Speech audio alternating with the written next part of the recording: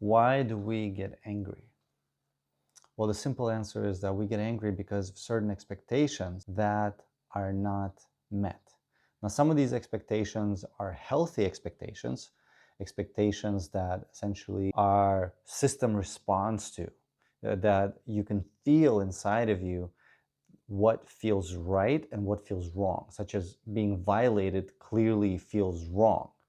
Being respected, being appreciated, being acknowledged naturally lights you up, and you can naturally feel stronger and more energized. So anger naturally comes when specific expectations are not met. Sometimes these responses are healthy, and other times they're not healthy. They're due to certain traumas, certain enabled behaviors, so on and so forth. So here's a list of some expectations that are healthy, that when they are not being met, essentially, we can experience anger.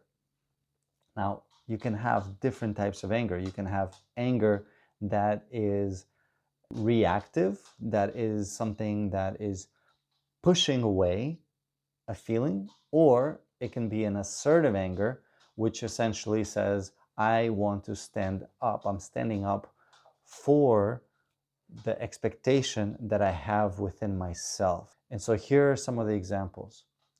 So, an expectation for your needs and feelings to be just as important as anyone else's. An expectation to be able to express your feelings and having the right to do so.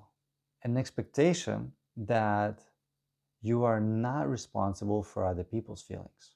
An expectation to have your own autonomy and independence. An expectation of choosing how you spend your time. An expectation of not being shamed or humiliated. An expectation to be heard and seen.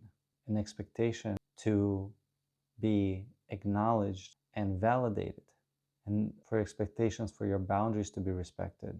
So these expectations are healthy in a way that lets you know what's okay and what's not okay. When those lines get crossed, anger is a response that naturally says, one of my expectations was not respected. Now, as adults, we have to take responsibility for how we respond to our expectations not being met, and which expectations are healthy and which expectations we need to question. The expectations that we need to question could be such as expecting other people to take responsibility for us as adults, an expectation for other people to pander to our fear, an expectation for others to give us what we want when we want it, an expectation for others to not confront us about anything, an expectation of others to make us feel better.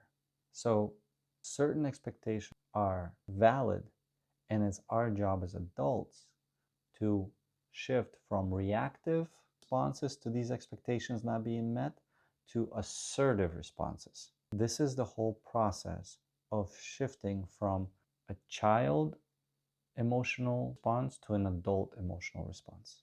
And when we look at our healthy expectations versus unhealthy expectations and how we respond to those expectations not being met, we can start making conscious choices to shift from reactive responses or demanding responses and let go of unhealthy expectations and shift into assertive responses.